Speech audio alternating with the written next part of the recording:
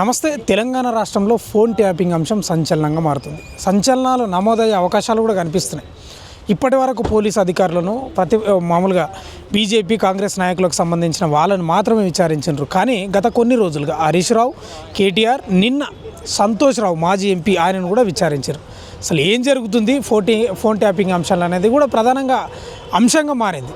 ఒకవైపు బీఆర్ఎస్ నేతలేమో ఉత్తదే ఏం లేదు ఈ కేసు, రేవంత్ రెడ్డికి ఏం పని లేక పని చేయనిక తోయక ఈ పని పెట్టుకున్నాడు ముందలని వాళ్ళు చెప్తున్నారు. అసలు ఏం జరుగుతుంది?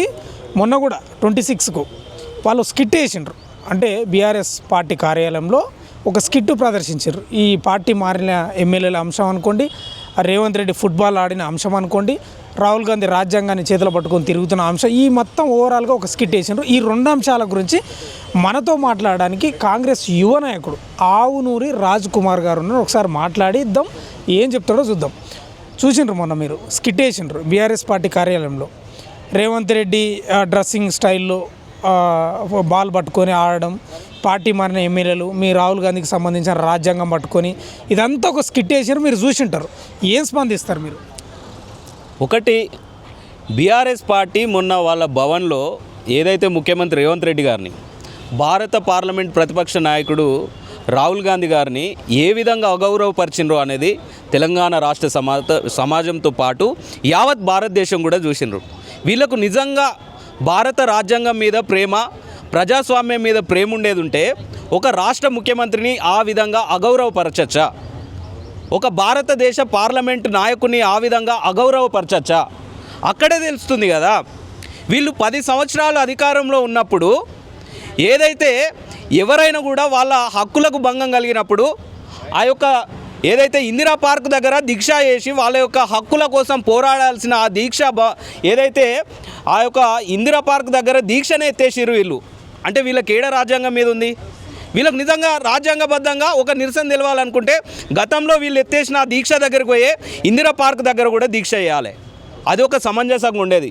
కానీ ముఖ్యమంత్రి రేవంత్ రెడ్డి గారిని ఆ విధంగా అగౌరవపరుస్తూ, అశ్లీల భాష వాడుతూ, ఒక గొడ్డలి చేత పట్టుకొని ఆ విధంగా రాజ్యాంగం మీద దాడి చేసినట్టున్న తప్ప అది రాజ్యాంగానికి అన్యాయం జరుగుతుందని తెలిపినట్టు లేదు.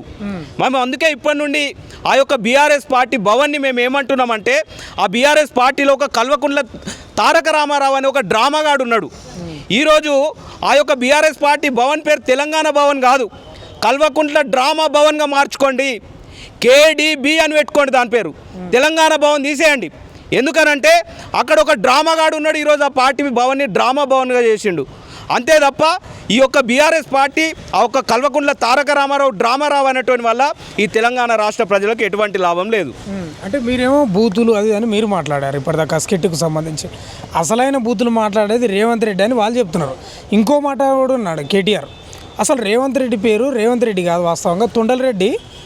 వాళ్ళ అమ్మ నాన్న తొండలరెడ్డి అని పెడితే ఈయన మార్చుకున్నాడు. వాళ్ళ తమ్ముని పేరు కొండలరెడ్డి. మీరు గమనించిండ్రా అని బహిరంగంగా మాట్లాడండి కదా. మరి అదే కదా ఒక రాష్ట్ర ఈరోజు తెలంగాణ రాష్ట్ర ముఖ్యమంత్రి రేవంత్ రెడ్డి గారు మాట్లాడే భాష అంతా కూడా గతంలో బీఆర్ఎస్ పార్టీ నాయకుడు ఆ కల్వకుంట్ల తారక రామారావు ఏదైతే చంద్రశేఖరరావు వాడిన భాషనే ముఖ్యమంత్రి రేవంత్ రెడ్డి గారు మాట్లాడుతున్నారు. ఎందుకనంటే వాళ్ళకు ప్రతిపక్షం మీద గౌరవం లేదు. గతంలో ప్రతిపక్ష పార్టీ నాయకులనే అసెంబ్లీకి ఎందుకు వచ్చిర్రు, పీకనికి వచ్చిర్రా అని అడ్డగోలుగా భాష మాట్లాడిండు. ఏదైనా కూడా వాళ్ళు ఎవరైతే మహిళా నాయకులైనా ప్రతిపక్ష పార్టీ నాయకులైనా కూడా అగౌరవపరిచే విధంగా మాట్లాడిండు కల్వకుంట్ల చంద్రశేఖరరావు. ఈరోజు వాళ్ళు మాట్లాడే భాషలో వాళ్ళకు సమాధానం చెప్తే మాత్రం వాళ్ళకు తప్పు అనిపిస్తుంది. గతంలో కల్వకుంట్ల చంద్రశేఖరరావు గారు ప్రతి ఒక్క పార్టీ నాయకుడిని అగౌరవపరిచే విధంగా మాట్లాడిండు. మరి అప్పుడు వాళ్ళకు బాధ తెలియదా? అప్పుడు వాళ్ళకి ఆ నొప్పి తెలియదా? ఇప్పుడే బాధ అవుతుందా? ఇప్పుడు కల్వకుంట్ల చంద్రశేఖరరావుకి ఖచ్చితంగా ముళ్ళుతోటే తీసినట్టు ఆ యొక్క చంద్రశేఖరరావుకు ఆయన భాషలోనే ఆయనకు సమాధానం చెప్తాం. ఈ ఫోన్ ట్యాపింగ్ అంశం ఏం లేదుతుంది, రేవంత్ రెడ్డికి పని చేయనికే చేతగాక తోయక ఇది ముందలేసుకున్నాడు అని బీఆర్ఎస్ వాళ్ళు చెప్తున్నారు కదా. ఏం లేదు వాళ్ళ భాషలో లొటపీస్ కేసు అని మళ్ళీ అంటున్నారు. ఇదే ఫోన్ ట్యాపింగ్ కేసు లొట్టపీస్ కేసు అయితే 2023 ఏదైతే మన డిసెంబర్ 7 తారీఖున కొత్త ప్రభుత్వం ఏర్పడంగానే ఎందుకు ఆ యొక్క హార్డ్ డిస్కులు అన్నీ తీసుకుపోయి మూసీ నదిలో పడేసిండ్రు?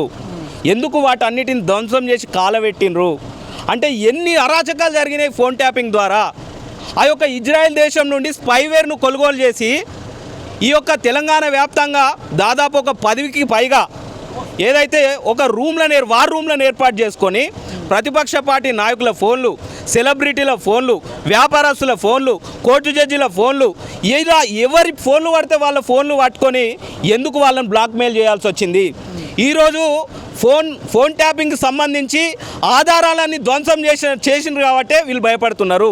ఎందుకు ఆ యొక్క ప్రభాకర్ రావు అనేటోడు అమెరికా పారిపోయిండు, వాడిని తీసుకురావడానికి 1.5 సంవత్సరం టైం పట్టింది. ఎందుకు దాక్కున్నాడు? ఫోన్ ట్యాపింగ్లో ఏం అక్రమాలు జరగలేదనుకుంటే మరి ప్రభాకర్ రావు ఇండియాలోనే ఉండొచ్చు కదా, ఎందుకు హఠాత్తున అధికారం పోగానే ఎందుకు అమెరికా పారిపోయిండు? అంటే వీటన్నిటి మీద లోతైన విచారణ జరుగుతుంది. ఒక్కొక్కరిగా ప్రణీత్ రావు కావచ్చు, శ్రావణ్ రావు కావచ్చు, ప్రభాకర్ రావు కావచ్చు, ఇలా ప్రతి ఒక్కరి తర్వాత ఈరోజు పెద్ద తలకాయలు బయటకు వచ్చినాయి. కేటీఆర్ కావచ్చు, హరీష్ రావు కావచ్చు, నెక్స్ట్ సంతోష్ రావు కావచ్చు, కేసీఆర్, ఎవరైనా కూడా చట్టం ముందు సమానం కాబట్టి వీళ్ళు చేసిన తప్పులన్నిటి మీద లోతైన విచారణ జరుగుతుంది. కాబట్టి వాళ్ళు ఆ విధంగా బూతు భాష మాట్లాడి ఈరోజు ముఖ్యమంత్రి రేవంత్ రెడ్డి గారిని చిన్నగా చేసే విధంగా చేస్తున్నారు.